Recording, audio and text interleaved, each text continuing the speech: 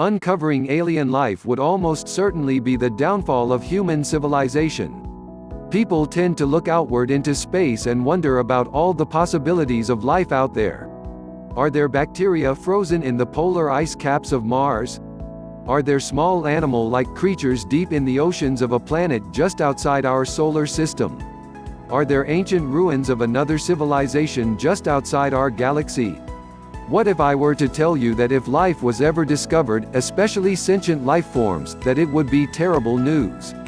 But how could the most exciting discovery of our lives be dire? To understand this, you must first take a step back and think of the development of life as a staircase from the first atoms floating around space to humans as we know them today. The first step on this staircase would be the creation of DNA, able to mutate and evolve. The second step on this staircase would be early unicellular life to begin to grow more complex, with the third step being the joining of these unicellular organisms into multicellular beings known as plants and animals.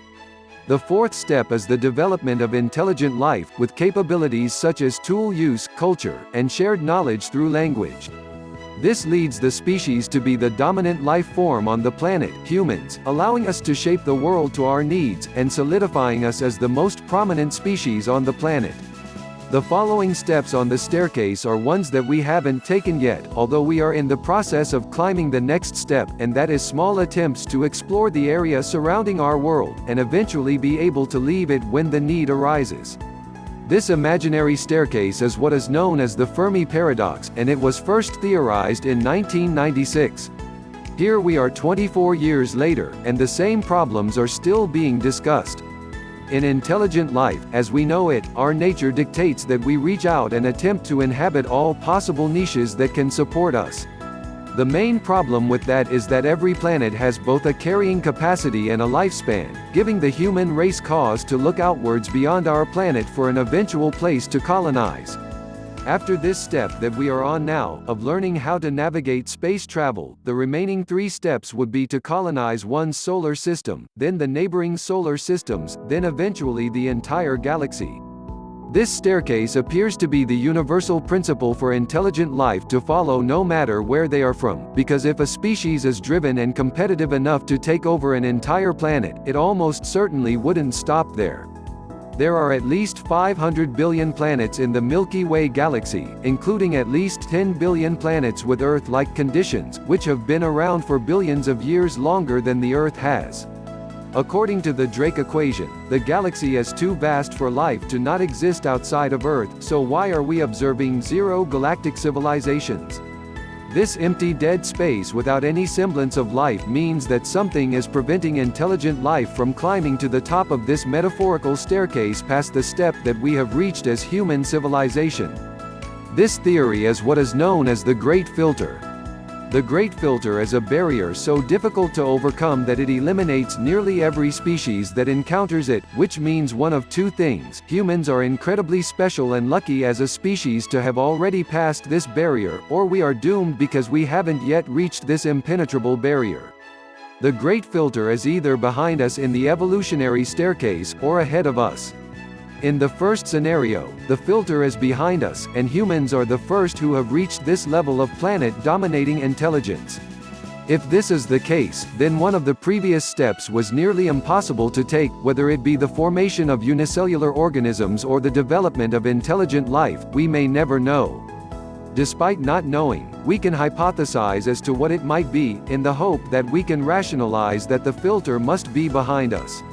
Maybe it's on the first step, and the development of life of any kind is nearly impossible, or maybe it's on the third step, because the odds of a unicellular organism joining with another is so rare, or perhaps it's in the development of intelligent life step, because despite the benefits of having a higher intelligence, it requires much more food intake to maintain, and doesn't provide any benefits when dealing with predators. This could be why it has taken humans nearly 200,000 years to get to the level of intelligence that we are at today. In the second scenario, the filter is ahead of us and we are doomed as a species. This must mean that the filter is more dangerous than anything ever encountered before in the world, because even if a disaster struck and wiped out the majority of the population, or sent us back technologically thousands of years, we would survive and recover and eventually reach this point again, making the event more of a hurdle than a great filter.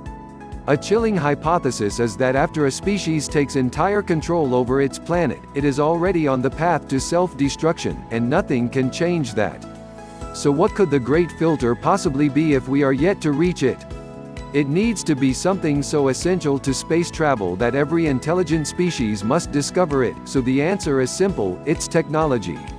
Whether it's nuclear annihilation, rampant nanotechnology, engineered superviruses, extreme atmosphere damage to the point of planetary collapse, or something we can't even begin to predict right now, it must be tied to technology. So this is why finding alien life would be disastrous.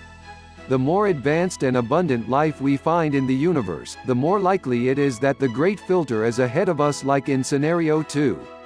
Finding bacteria would be awful, but finding multicellular intelligent life would be worse, and finding ruins of ancient alien civilizations would be downright catastrophic. This means that despite what many people wish to believe when looking out into the vast emptiness of space, our best-case scenario is that it is exactly that, empty. That the great filter is behind us and we genuinely are the first species to get this far, and there are billions of empty planets just waiting for us to travel to and call home.